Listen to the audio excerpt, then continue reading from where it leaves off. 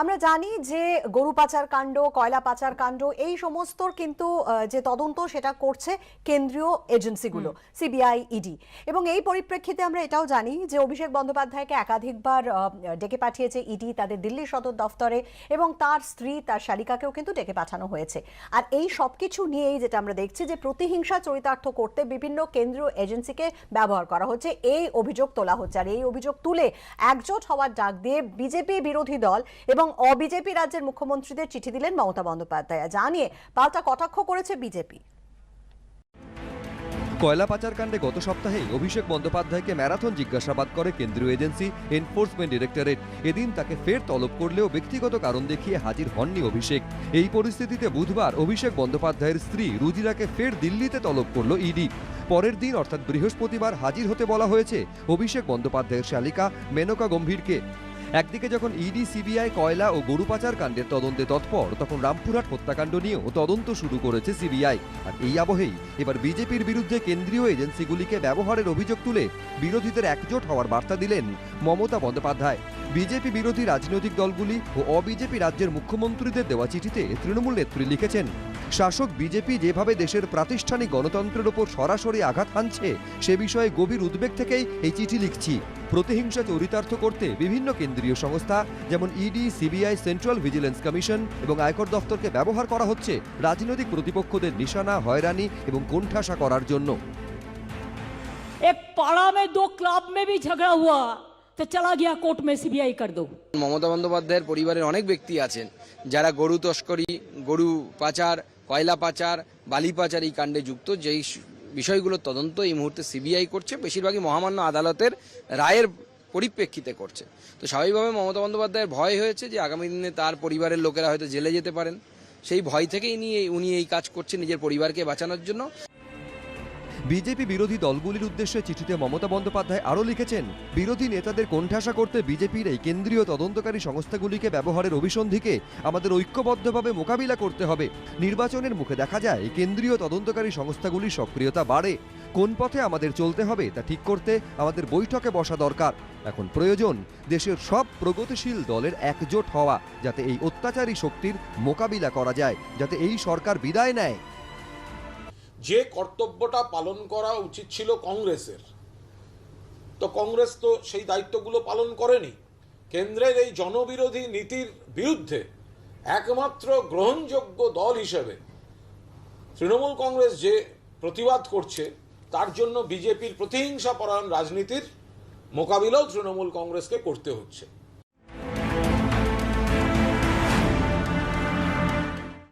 देखिए, बात यह है कि ममता बनर्जी की विश्वसनीयता कितने हैं इसमें मेरा बिल्कुल शक है।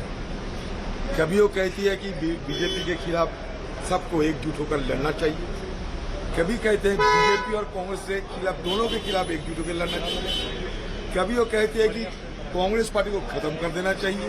तो उनकी असली रवैया क्या है, असली मंशा क्या है, ये जानना बड़ी जरूरी। शुद्ध বিজেপি নয়, আমি বলবো আরএসএস এর দ্বারা প্রভাবিত যে কটা মুখ্যমন্ত্রী আছে তাদের বাদ দিয়ে বাকি সব মুখ্যমন্ত্রীকে এক করতে হবে, যা নাগপুরের নির্দেশে চলেন না।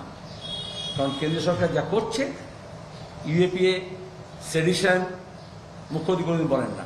इन लोगों ने मिलकर जिस तरह सेंट्रल एजेंसी का गैर इस्तेमाल हो रहा है, इस बारे में मिलकर बैठकर कुछ बहस करके आगे की कोई नीति तैयार करने की आवश्यकता है। এর আগে এনসিপির জাতীয় কর্মসমিতির বৈঠকেও পাওয়ার বলেন, সিবিআই, ইডির হানা এখন রোজকারের ব্যাপার হয়ে দাঁড়িয়েছে। রাজনৈতিক প্রতিহিংসার জন্য বিরোধীদের বিরুদ্ধে এজেন্সিগুলিকে কাজে লাগানো হচ্ছে। প্রধানমন্ত্রী নরেন্দ্র মোদীর মাথায় একটাই বিষয় কাজ করছে, তা হলো মানুষের ইচ্ছে যাই হোক না কেন বিজেপিকে কাশ্মীর থেকে কন্যাকুমারী পর্যন্ত শাসন করতেই হবে। মমতা বন্দ্যোপাধ্যায় তার চিঠিতে আরও দাবি করেছেন, কিছু রাজনৈতিক হস্তক্ষেপের কারণে সাধারণ মানুষ সুবিচার থেকে বঞ্চিত থাকছেন, যা গণতন্ত্রের জন্য অত্যন্ত বিপজ্জনক সংকেত। একাধিকবার বিচার ব্যবস্থার অংশবিশেষকে প্রভাবিত করে বিজেপি যুক্তরাষ্ট্রীয় কাঠামোর ওপর আঘাত হানছে। প্রকাশ সিনহা, বিজেন্দ্র সিংহ, উজ্জ্বল মুখোপাধ্যায়, এবিপি আনন্দ। বৃষ্টি, আমরা জানি যে আসানসোলে লোকসভা উপনির্বাচন রয়েছে এবং 12ই এপ্রিল। তার আগে পাণ্ডবেশ্বরে তৃণমূল বিধায়কের একটি ভাইরাল ভিডিও ঘিরে ইতিমধ্যেই রাজনৈতিক তরজা আবারও তুঙ্গে উঠেছে এবং তিনি যদিও বিষয়টিকে খুব একটা গুরুত্ব দিতে নারাজ, কিন্তু আসানসোলের যিনি প্রার্থী হয়েছেন অগ্নিমিত্রা পাল, তিনি কিন্তু রীতিমতো সুর চড়িয়েছেন এবং জেলা শাসকের কাছে নির্বাচন কমিশনের পক্ষ থেকে 24 ঘন্টার মধ্যে এই ঘটনার রিপোর্ট তলব করা হয়েছে। 12 এপ্রিল আসানসোল লোকসভা কেন্দ্রে উপনির্বাচন, আর তার আগে হুমকি হুঁশিয়ারির ছড়াছড়ি আসানসোল লোকসভা কেন্দ্রের অন্তর্গত পাণ্ডবেশ্বর। আর পাণ্ডবেশ্বরের তৃণমূল বিধায়কের একটি ভাইরাল ভিডিও ঘিরেই এখন রাজনৈতিক বিতর্ক চরমে। ভাইরাল ভিডিওয় রীতিমতো শাসানির সুর তৃণমূল বিধায়কের গলায়। যারা কট্টর বিজেপি, যাদেরকে হেলানো যাবে না, তাদেরকে চমকাতে হবে। বলবে আপনি যদি ভোট দিতে যান, আমরা ধরে নেব বিজেপির ভোট দেবেন, ভোটের পর আপনি কোথায় থাকবেন সেটা আপনার নিজের লিখস। আর যদি ভোট দিতে না যান, আমরা ধরে নেব আপনি আমাদের সমর্থন করছেন, আপনি ভালোভাবে থাকুন, ব্যবসা করুন, বাণিজ্য করুন, চাকরি করুন, আমরা আপনার সঙ্গে আছি। ক্লিয়ার? ভাইরাল ভিডিও ঘিরে তৃণমূল বিধায়কের গলায় যখন সাফাইয়ের সুর, তখন আসানসোলের বিজেপি প্রার্থীর গলায় আবার হুঁশিয়ারি। ভাইরাল তো বুঝি না, ওই কি সব বলছে আমি এখনো দেখিনি, দেখি খবর টবর নিতে হবে। তবে পুরনো হতে পারে, সে সময় তো যিনি আমাদের জেলা সভাপতি ছিলেন তিনি এখন বিজেপিতে আছেন, তিনি তখন সব নির্দেশ দিতেন, সেই মতো আমরা কাজ করতাম। নিচুতলার কর্মী আমরা, তৃণমূল স্তরের কর্মী। যদি ভেবে থাকেন যে আমাদের কার্যকর্তাদের ভয় দেখাবেন আর মারবেন, তাহলে আপনাকেও বলে রাখছি, মারের বদলা মার হবে, সে যেভাবেই হোক। যেখানে মানুষের ভোটেই তৃণমূল জিতছে, মমতা বন্দ্যোপাধ্যায়ের উন্নয়নকে সমর্থন করছেন, সেখানে এই ধরনের কোনো আগে হোক পরে হোক ভবিষ্যতে হোক এই ধরনের কোনো কথা দল অনুমোদন করে না। পাণ্ডবেশ্বরের এমএলএ যেভাবে সোজাসুজি থ্রেট করছেন ভোটারদেরকে, এমন কেউ বলতে পারে গণতন্ত্র, যদি আপনি ভোট দিতে যান ধরে নেব আপনি আমাদের বিরুদ্ধে, তো পুরোপুরি নির্বাচনকে প্রভাবিত করার জন্য চেষ্টা। আর এই ধরনের যদি থ্রেটনিং হয় তাহলে নির্বাচন নিরপেক্ষভাবে শান্তিপূর্ণভাবে কেউ আশা করতে পারে না। এদিন ভাইরাল ভিডিও প্রসঙ্গে দিল্লিতে জাতীয় নির্বাচন কমিশনে তৃণমূল বিধায়কের বিরুদ্ধে নালিশ জানান বঙ্গ বিজেপির সাংসদরা। মনোজ বন্দ্যোপাধ্যায়, কৌশিক কাতায়েত, ঝিলম করঞ্জাই, এবিপি আনন্দ। প্রায় 1 মাসেরও বেশি সময় ধরে কিন্তু ইউক্রেন এবং রাশিয়ার যুদ্ধ চলছে। বহু ইউক্রেনবাসী তারা কিন্তু ঘর ছাড়া। রাষ্ট্রপুঞ্জের পরিসংখ্যান বলছে প্রায় 40 লক্ষ ইউক্রেনীয় নাগরিক দেশ ছাড়তে বাধ্য হয়েছেন। তারা আশ্রয় নিয়েছেন পোল্যান্ড, হাঙ্গেরি সহ বিভিন্ন দেশে। সংঘাতের সমাধান খুঁজতে তুরস্কে বৈঠক ইউক্রেন ও রাশিয়ার, তবে পুতিন ও জেলেনস্কির বৈঠকের সম্ভাবনা খারিজ করেছে মস্কো।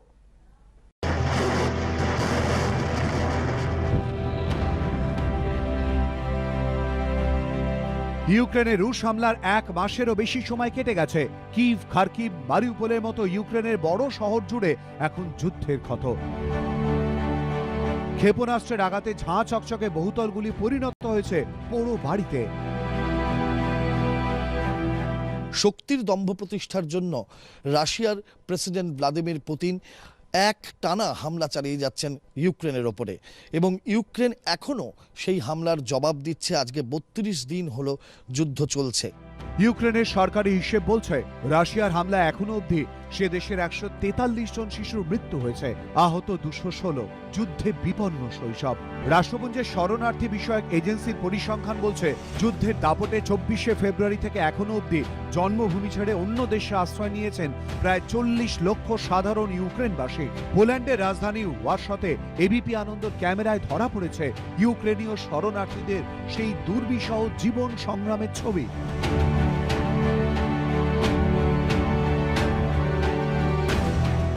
এই মুহূর্তে রাজধানী ওয়ারশতে 3টি শরণার্থী শিবির চলছে। তোরওয়া স্টেডিয়াম, পাতাক এক্সপো সেন্টার এবং মডলিনস্কা বিমানবন্দরের কাছে রাখা হয়েছে কয়েক লক্ষ শরণার্থীকে। ভীত, সন্ত্রস্ত, দিশাহীন ইউক্রেনিয়ানসরা দূর দূরান্তের সীমান্ত পার করে পোল্যান্ডে প্রবেশের পর দীর্ঘ রেলপথ অতিক্রম করে এসে পৌঁছচ্ছেন সেন্ট্রাম স্টেশনে, এবং সেখান থেকে প্রাথমিক খাবারটুকু সংগ্রহের পর তাদের নিয়ে যাওয়া হচ্ছে বিভিন্ন শরণার্থী শিবিরে। কিন্তু তারপর কি হবে? তারা এখানে থাকবেন যখন, তাদের কর্মসংস্থানের কি হবে? পোল্যান্ডের রীতিমতন আইন পরিবর্তন করে এই ইউক্রেনিয়ান শরণার্থীদেরকে একটা ন্যাশনাল আইডেন্টিফিকেশন নাম্বার দেওয়া হচ্ছে পোল্যান্ডের এই ওয়ার্সো শহরের ন্যাশনাল স্টেডিয়াম, যাকে বলা হয় নর্দোভে স্টেডিয়াম। যুদ্ধ শুরুর পরপরই ইউক্রেন সীমান্ত থেকে 2 বন্ধুকে উদ্ধার করে রাজধানীতে নিয়ে আসেন এক বঙ্গ সন্তান। ওয়ারশার পথে দেখা হলো তার সঙ্গে। আমরা 3 জন ভারতীয়কে নিয়ে এসেছি, আর আমরা সিচুয়েশন দেখেছি ওখানে ওই সময় -6 -7 ডিগ্রি টেম্পারেচার ছিল। ওই টেম্পারেচারে যেভাবে মানুষ দাঁড়িয়েছিল বাচ্চাদের নিয়ে, ইউক্রেনিয়ান নট অনলি, তারপর আমাদের ইন্ডিয়ান, সেটা বহুত দুঃখিত জিনিস। অ্যান্ড দেখে মনটা খুবই খারাপ লেগেছে। কিন্তু ঘর দোর ছেড়ে পোল্যান্ডে আশ্রয় নেওয়া এই মানুষগুলোর এখন একটাই প্রশ্ন, কবে বন্ধ হবে যুদ্ধ, কবে ফিরে যাবেন বাড়ি? এই শরণার্থীদের এই ক্লান্ত দিশাহীন মুখগুলো কবে আবার হাসি ফুটবে, সেটারও অপেক্ষায় গোটা বিশ্ব রয়েছে।